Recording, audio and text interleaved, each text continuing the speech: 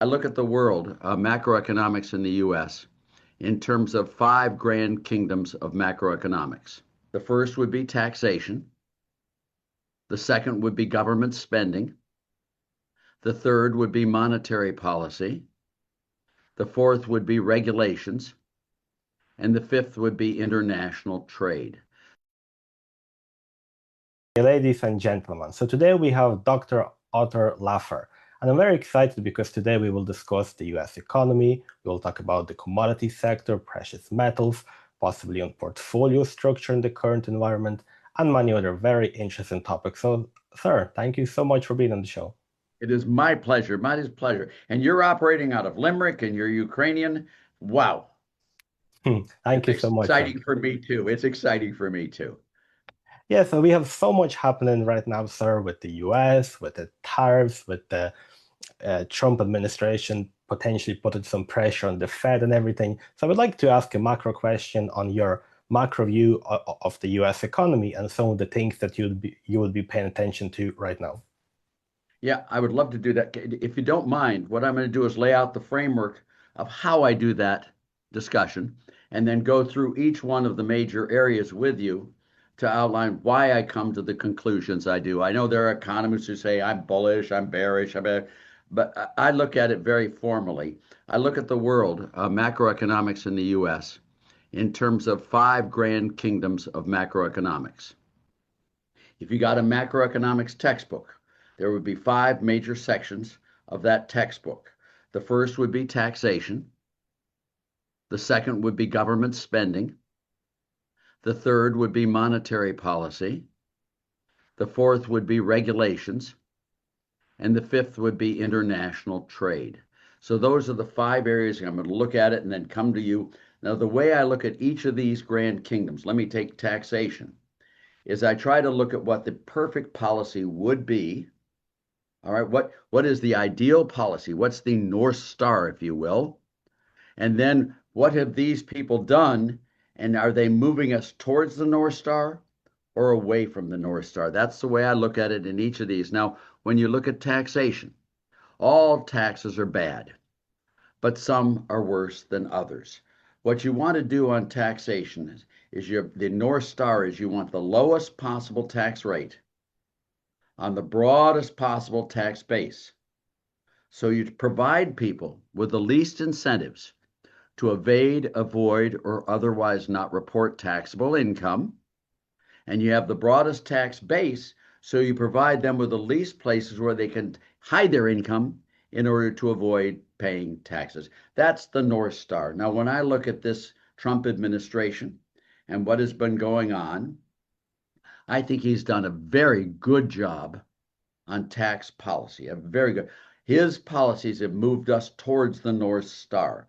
For example, he has reestablished the corporate tax rate at 21%, which is great.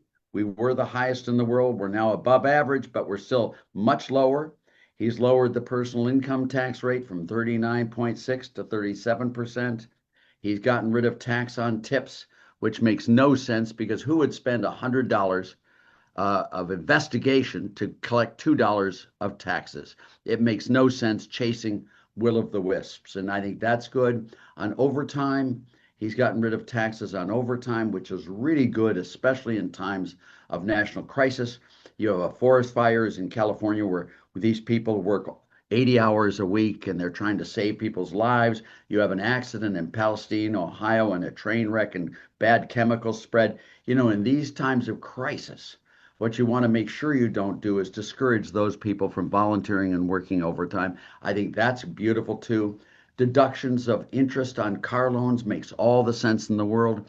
If you're going to tax interest income, you should also deduct interest expense. It's a zero-sum game.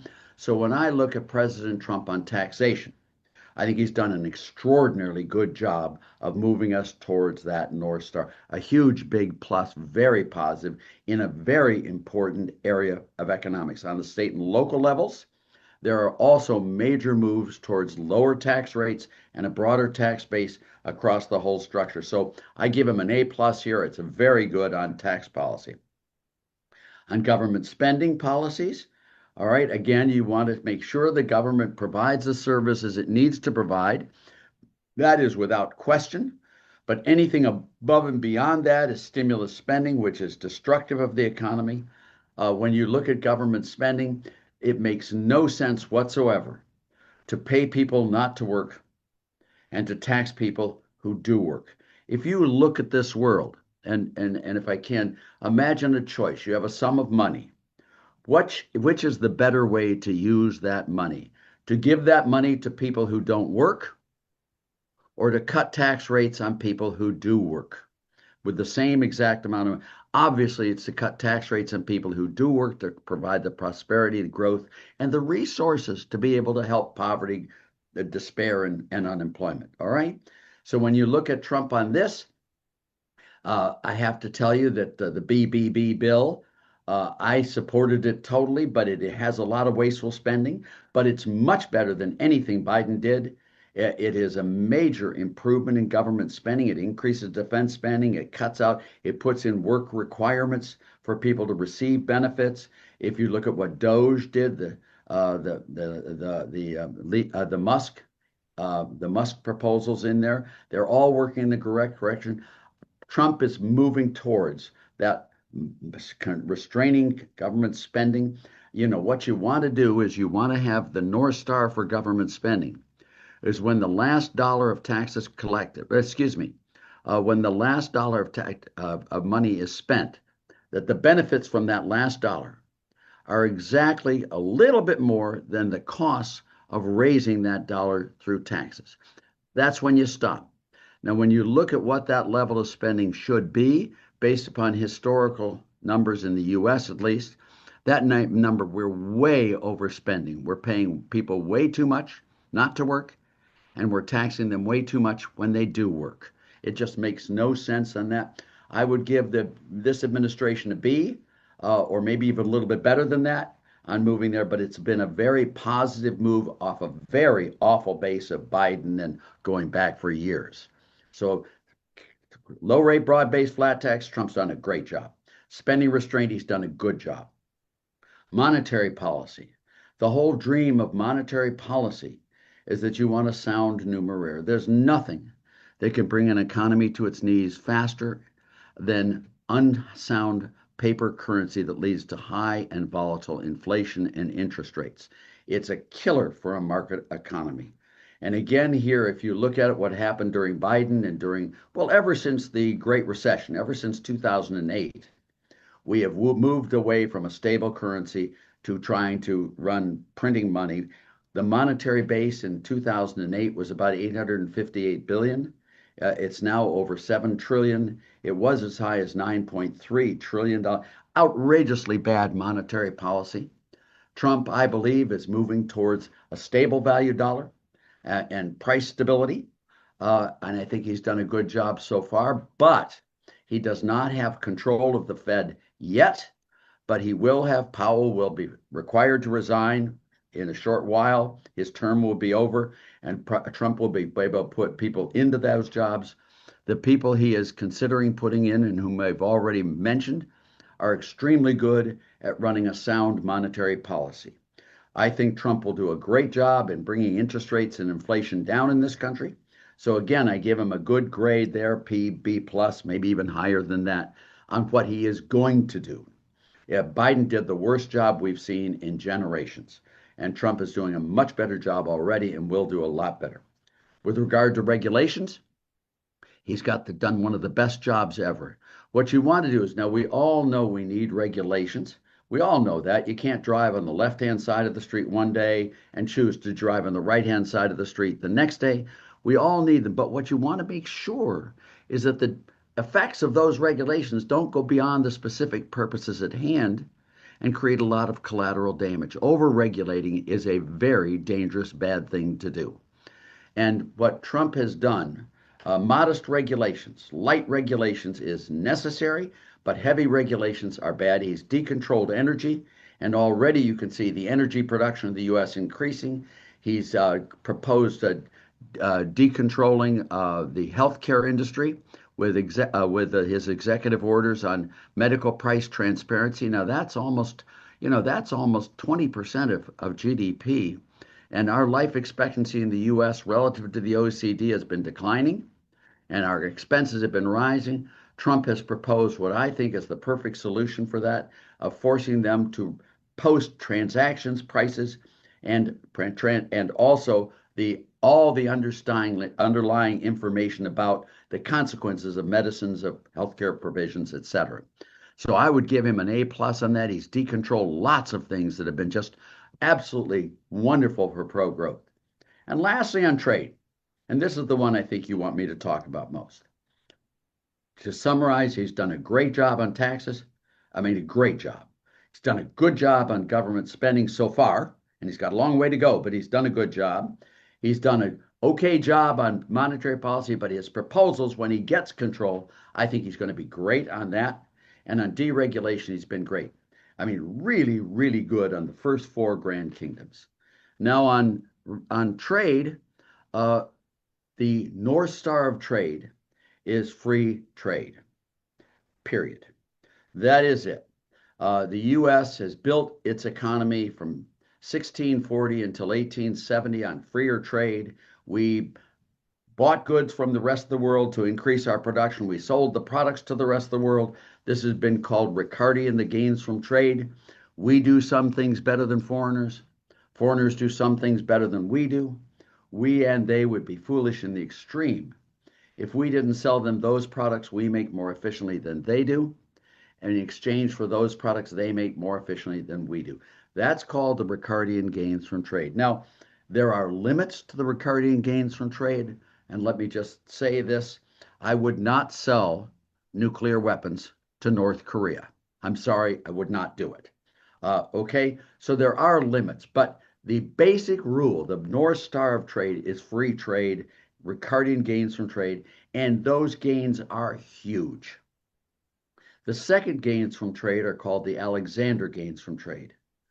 And this is where one country runs a surplus in its trade balance, trades of goods and services, and the other country runs a deficit. There are some countries that have more savings than other countries. There are some countries that have more investment than other countries. What you want to do is transfer resources from those countries that have excess savings to those countries that have excess investment opportunities. That means that the savers are better off, the investors are better off, and world production and growth is better off. The US, for example, ran trade deficits, i.e., we borrowed money net from the rest of the world from 1640 until 1870. That was 230 years of trade deficits. There were only 7 years in that 230 years that we did not run a trade deficit. And you can guess what those years were. 1776 and 1777, when we were battling Britain. For some reason, they didn't want to invest in the US in those 2 years, okay? In 1812 and 1813, when they invaded the United States, the British invaded, again, they stopped selling goods to us during those 2 years. All right, they're pretty understandable. Also, when we had the financial canal bond collapse in 1842, 1843, and 1844, the Brits and the Dutch said, no longer are you going to get any money from us, America. That lasted for 3 years. Then whoop, the money came flowing in.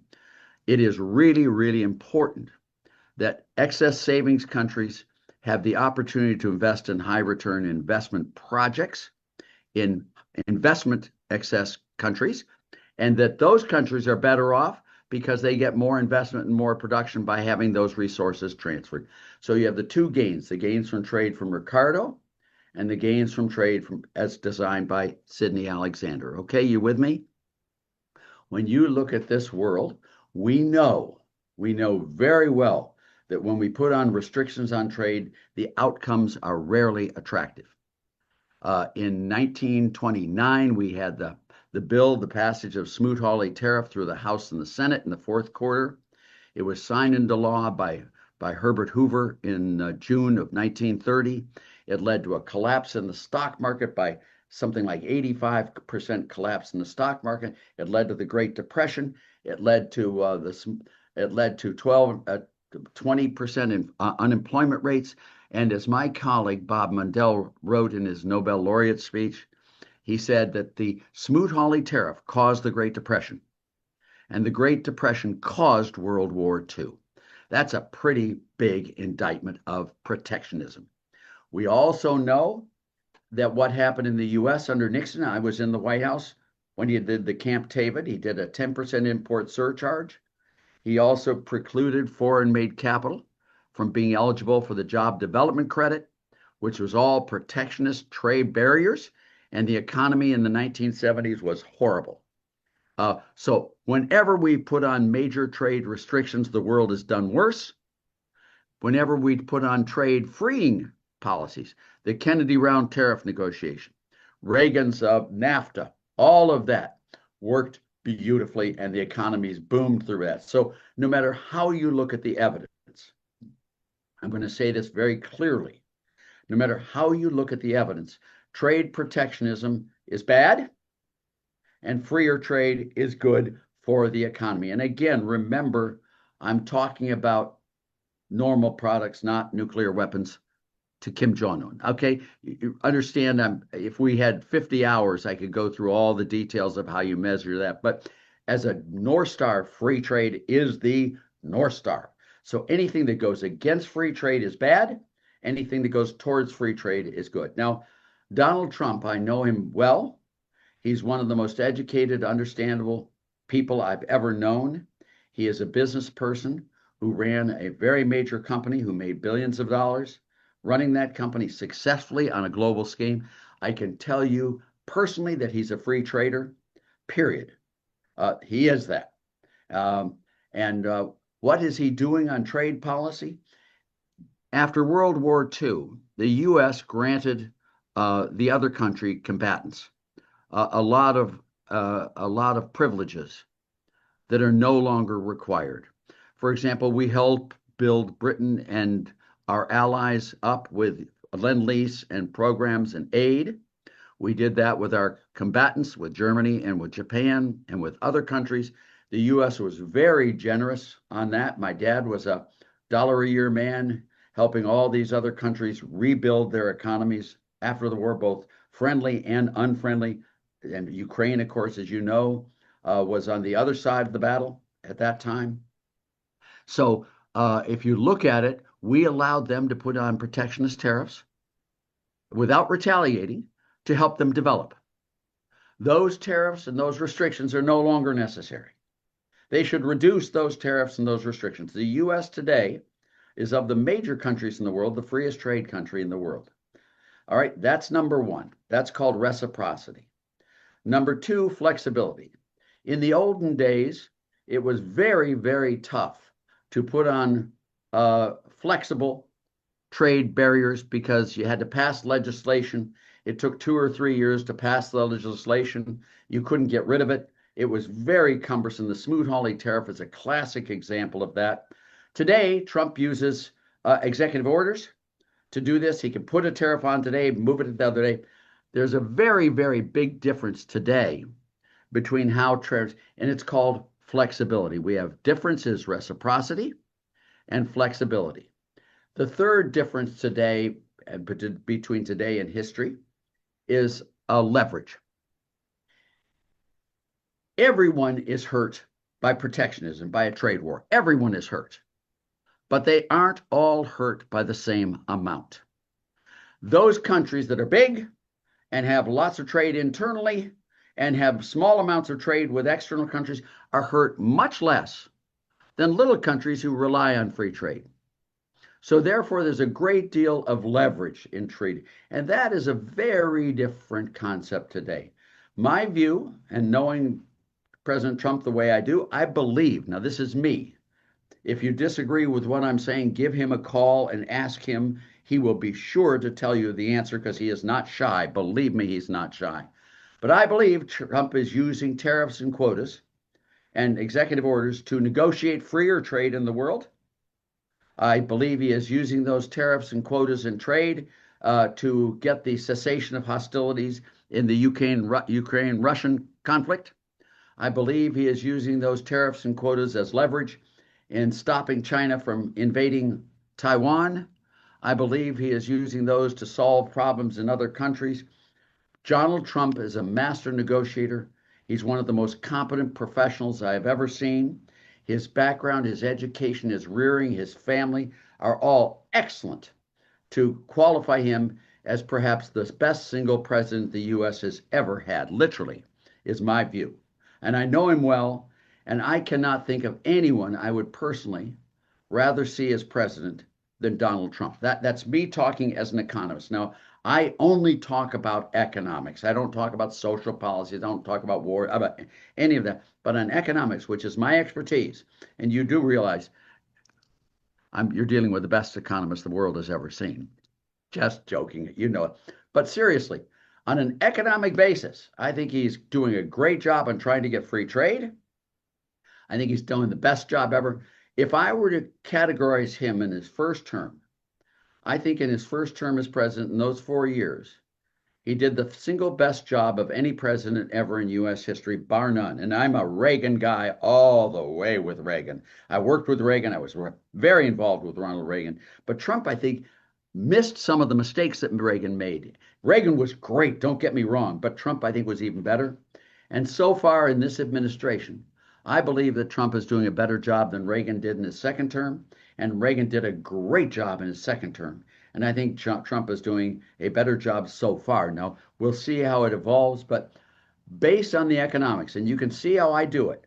I take the policies, I compare them to the North Star, and I evaluate the administration based on each kingdom, its policies, and whether they move us towards the North Star or away. You can see exactly how I base mine. I'm doing it very quickly here for you. But based upon the economic policies, based on the North Stars, based on good, sound supply side economics, I could not be more positive and more enthusiastic and more hopeful than I am on the U.S. economy today. And I hope that answers your question. I know there are lots and lots and lots of details that I didn't cover with you, but we have a short period of time, and I wanted you to get the big picture of why I am so optimistic. In fact, I am so optimistic today, and I'm 85 years old. I just turned 85. I'm so optimistic that I've made a pact with myself that I'm going to live another 52 years to be able to see and enjoy all the prosperity that's going to follow Donald Trump in office. Thank you so much, sir, for such a detailed answer, and I'm sure we'll get a lot of comments about. I'm sure they will. I'm sure they will. But the reason I want to do is to show you why I say what I say, not just here's my opinion, I'm an old fogey. No, I have logical, and I go through this very technically. And, you know, I go through these models and these papers and these things really, really carefully. Now, I can't do that with you because we have limited time. You don't have 20 years for me on this podcast. So go ahead. Your next question. Yeah, so I would like to ask you about, so you have mentioned that Trump could get control of the Fed. And a lot of the guests that I had, they're very much against that. They believe that the Fed should be completely independent and there should be government. What's your thoughts on that? Let me just say it about your guess. All right. We are all for the best Federal Reserve policy we can possibly get. So if an independent Fed gave us the best policy ever, of course I would support it. If a non-independent Fed, if it made it a department of the cabinet, did the best policy ever, I would support that. So I support the best policy. Now the question comes, when you look at Fed independence, does independence at the Fed align incentives correctly? In other words, when these people are independent, are they incentivized to make better decisions than when they are not independent, when they are under the control of the administration? That's the only way I look at this. It's not who it is and what they are. Are they good people? Do they have children? Do they love their mommies? All of that is just BS. That's not important. When I look at the Federal Reserve today as being independent, it is unaccountable to anyone for the actions they do. They're independent of everything. So they do not bear the consequences of their actions. The president, if there's inflation, high interest rates, volatile interest rates, or any other consequences of Fed policy, the beneficiary of those policies is the administration, and the detriment of those policies is also the administration. In other words, the consequences of Fed policies are borne by the administration 100%.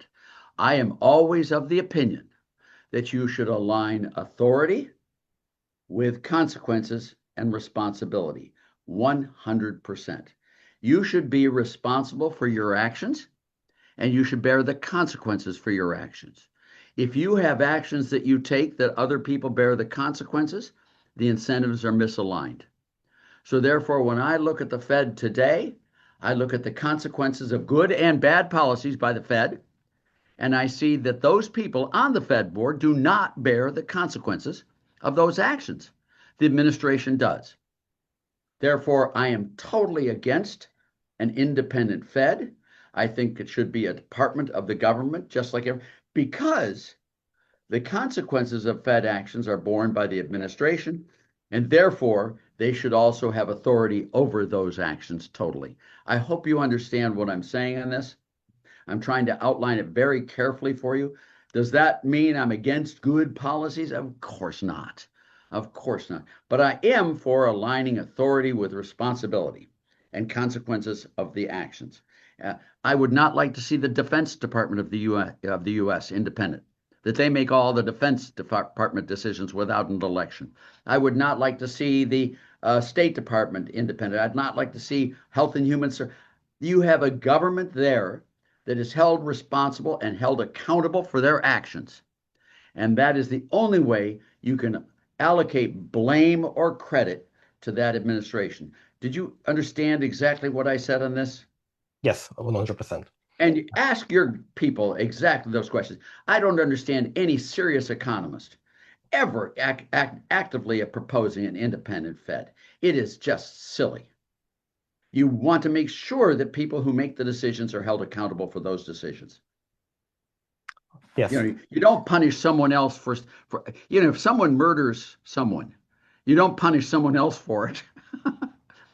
If someone saves someone else and gets a reward, you don't give the reward to someone else who didn't save the person. You ally the incentives. Thank you. Thanks for that, sir. And so my next question would be on the debt levels. So they are very high, not only in US, but globally. And I would just love to hear your perspective on that and how dangerous that is. Yeah. I was the first chief economist at the Office of Management and Budget when it was formed. I was George Shultz's right-hand person in 1970 when we did it. And I'm really, really, really experienced in budget matters, debt, revenues, allocation to departments. That was my job for a long time, and I've stayed very involved in that. So let me go through with this. First place, let's define debt and the problem. Most people look at, I'm going to use the US as the example here. Okay? They look at debt to GDP, and they show that debt to GDP has risen dramatically lately and is now at 130% or something. It's very high. All right. And oh my God, I want to jump out the window. I'm so scared. It's 130% of GDP. Some countries like Italy and Japan are even higher than that.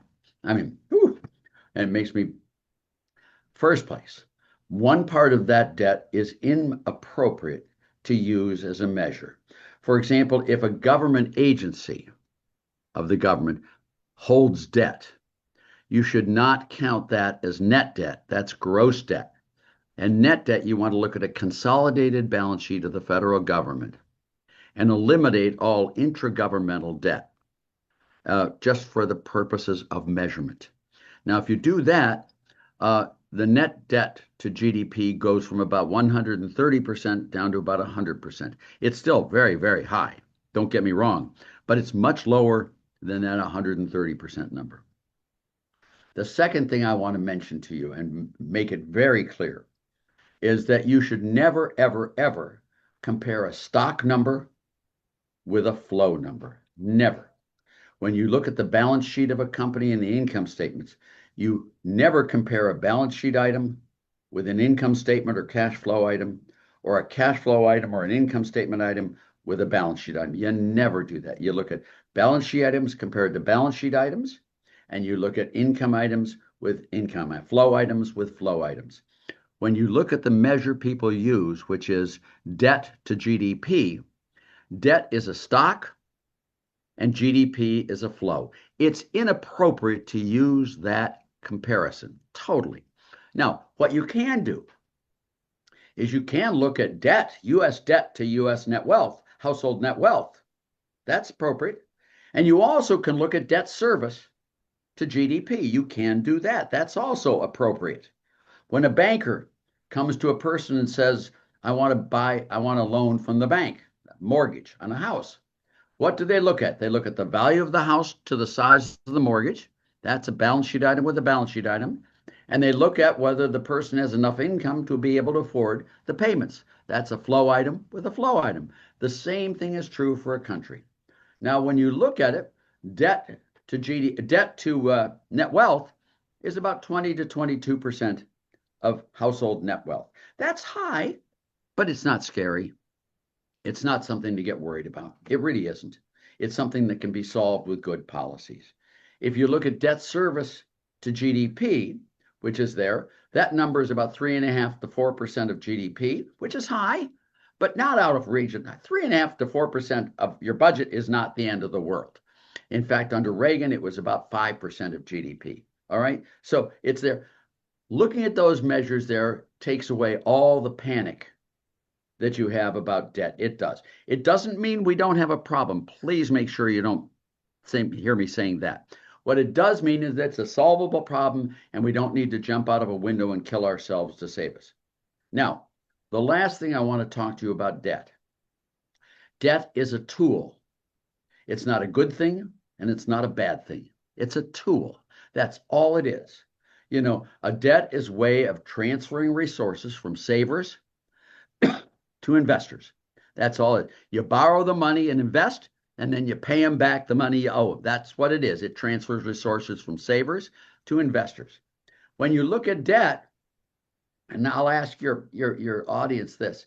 If I would lend all the money in the world to you that you wanted at 1% interest and let you invest all you want in a 20% risk guaranteed investment, how much would you borrow?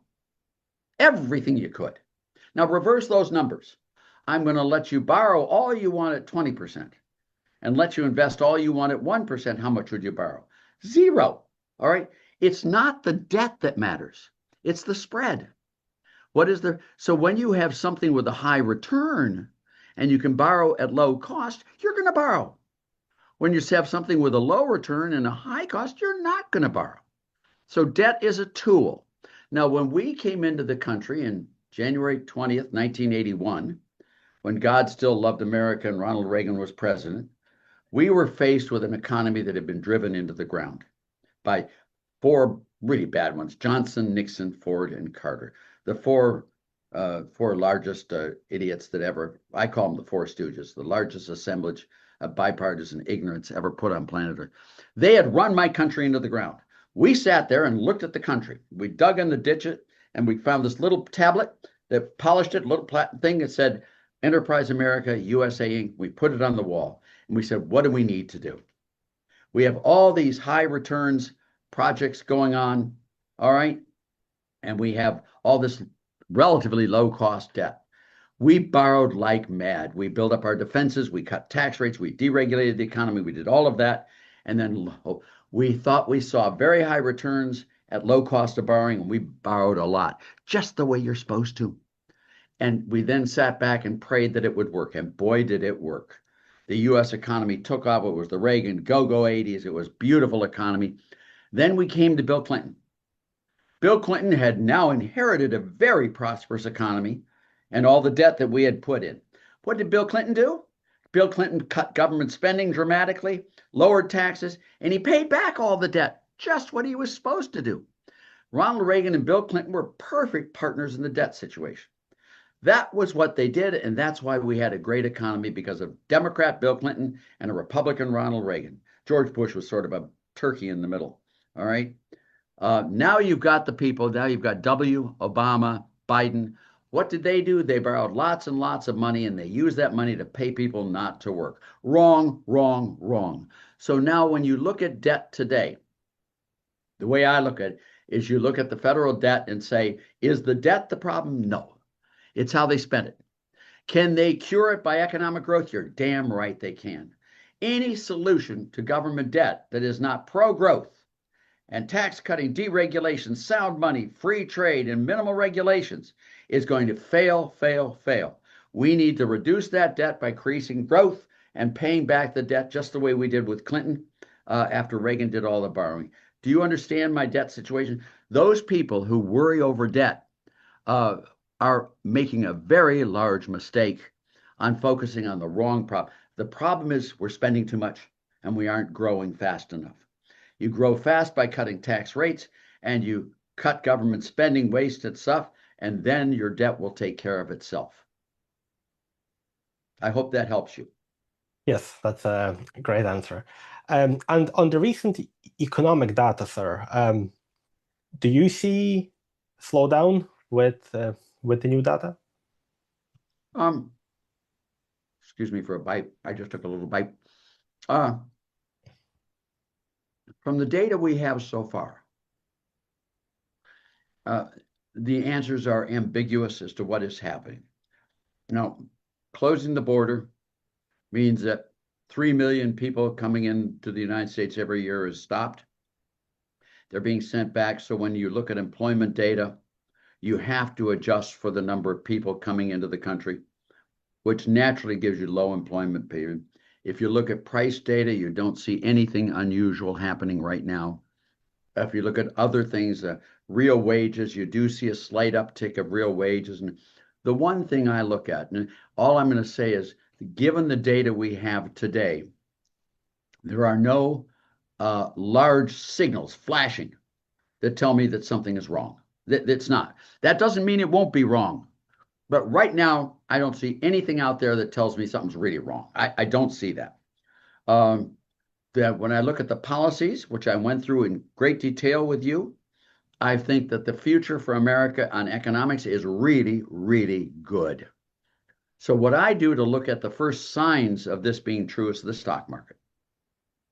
And when I see the stock market, and especially which companies are doing well, which ones aren't, I see reason for good hope that the economy is going to be growing much faster than it would grow were it not for those policies. So that's where I am on these policies and on the data. Remember, these data are collected by humans. They're processed by humans. Flaws and mistakes are made in them and have always been made in them. You're going to get big revisions and all of that stuff. Take it in stride. Take it with a deep breath.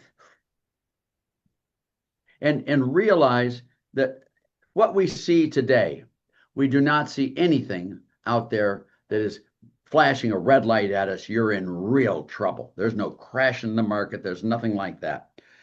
In fact, just the reverse is happening. The stock market is doing very nicely. All of that you see. When you see interest rates coming down as they are, that tells me that inflation is coming down in the marketplace. So I personally don't see anything out there in the data that tell me that the future is not good. And I see everything with regard to the policies and the stock market that tells me the market is good. The only thing that worries me right now, and it has to do with the Fed, is gold prices. Gold prices and crypto prices are going very high because people do not like government money. And they are trying to find an alternative money other than government money. And crypto money, whether it be Bitcoin or any of these other things, is a very good substitute for bad government currencies. So I look at the gold price rises, I look at crypto price rises, I look at the whole Bitcoin phenomenon, all of that, stable coins, all of that, as a response to very bad monetary policy. And I love it. I encourage people to be in this market. I'm 85, so I'm not the young hip like you are. All right. But I think these currencies are a clear sign that we're moving back towards free markets in money. Mhm. And would it not be worrying, sir, that so much capital is allocated in very few companies in the stock market? I don't think so. I mean, I'm purely an economist, not a libertarian. I don't bel I mean, I do like freedom personally, but that's not what drives my economics. My economics is production. And when I look at those assets going way up on those coins and stuff and the values in there, I don't see that as detrimental at all. It's all paper, and those assets are there because people want to have their wealth in a secure thing. It does not take away from the capital in other countries that are in other companies that are manufacturing based. It doesn't. It adds to the net wealth, not subtracts from it. Mhm. And with everything that's going on right now, and with all of these macro trends, if we talk about the AI data centers and everything, would you say that this could be bullish for the whole commodity sector? Yeah, well, we know that the commodity sector in general does very well in upturns. We know that it does very poorly in downturns. And if you believe what I'm saying and my prospects, and let me just make sure your audience understands very clearly, I'm much better at forecasting the past than I am the future. All right. So anytime I talk about the future, take a big grain of salt and put it on top of it. Okay. But if you believe my prospects for the future are really good, I think that's good for commodities. Mhm. Uh, Thanks for that. And so I'd like to ask this question for the younger audience. If we have an individual who's still at the beginning of his or her well-building path, and they have so many choices now with the crypto sector, with the bitcoins, with everything, what advice would you have for that person so that they don't make too many mistakes at the start and don't get burned too much? My advice to those people is do not listen to Dr. Arthur Laffer on advice to individuals. It's not that I'm bad, it's that I don't know what I'm talking about when I tell you what an individual should do with his or her income or wealth. I can tell you what I did in my life, and if you looked at my life and all of my investments, you would be shocked at how many mistakes I've made. Yes, that's totally part of the game. And sir, just did you have a, like a situation in your life where you received a certain advice that had a big influence on how you developed, on how you became a better economist, investor? Was there like a certain point in your life, Well, maybe? when they told me to quit smoking, I did. That was really a good piece of advice. Don't get drunk and run across the freeway. If you look at your life, this is me speaking about my life. If you can eliminate the three worst days in a year, you're going to have a damn good year. Avoiding catastrophes is one of the most important things to look for. It's what calls the what do they call those things? I forget what they call, but the outliers that right, the black swan events. If you can eliminate black swan events, you're going to do very well. It is true that if you can know which ones are good events, you can do better. But eliminating black swan events, to my way of thinking, is the single most important thing you can do in your life. Don't make big mistakes. Wash your hands after you touch the bathroom toilet handle. Don't use ice in your drinks in Africa. There are lots of things. Don't run drunk across the freeway. Don't smoke. There are lots of things you can do. Don't be too fat. Don't. Be very, very focused on eliminating one offering. You can't eliminate them all. You can't, but you can surely change the probability of your being successful by eliminating catastrophic options. That's my advice to people. Be careful when you make investments, make sure you can afford the investments, make sure you have the ability, and don't try to do a crapshoot. Do a crapshoot if it's fun, if you're in Las Vegas and you got a lot of money and you're a rich person, and you like gambling, go ahead. But if you're not, that's not the way to make a living. Don't become an alcoholic. Don't take drugs. I'll be Nancy Reagan. Don't do drugs. Just say no. I mean, these are the things you do is to avoid catastrophes. And I'm sure it's you in there. I mean, I mean, it's just so sad to see people who, because of black swan events, preventable black swan events, see them. I'm 85. I had a friend of mine who was a big boss. He was a client of mine long ago, years, and he calls me. He said, I've lost everything I've ever had. I'm poor. I don't have any family. I'm what? What? Take care of yourself. Take care of your health. Take care of your finances, and be careful. Yes, and just before we finish up, sir, you worked with a lot of very successful people. And what is the, maybe it's one, maybe it's few differentiators that determine if person will become successful or not become successful? Because you can be smart, you can have everything, but still not make it for one reason or Now, let me another. say I've been with lots of successful people. A lot of my students are very successful, by the way, huge companies, and they've made billions. I mean, really seriously, University of Chicago students of mine and USC students of mine. I mean, some have been very successful, some have been massive failures. Okay, some have been failures too. Some of that result comes from contingencies, just plain luck that I've seen. I mean, just someone is at the right place at the right time and makes success. Someone's at the wrong place at the wrong time and gets killed by a car. You know, I've seen there are lots and lots of contingencies that you can't take care of. But when I look at the differences on balance, everything boils down to incentives. Everything boils down to incentives. People respond to incentives. They like doing things that are attractive, and they dislike doing things that are unattractive. And when you look at this world in government policies, which is what I do, is I look at how the incentive structures are put out there, why anyone who's starting out in life, who's not rich, why they would live in California is beyond me, the highest tax state in the nation. You moved to Tennessee just like I did. I moved from Southern California to Tennessee because of taxes. Working is a lot more fun with lower taxes. Understand the incentive structures and go to the places, do the policies where the incentives are best, and avoid the places where incentives are the worst. And that is just a very, very simple thing. And, people can change the volume of their income. They can change the timing of their income. They can change the composition of their income, and they can change the location of their income. They can do all of that.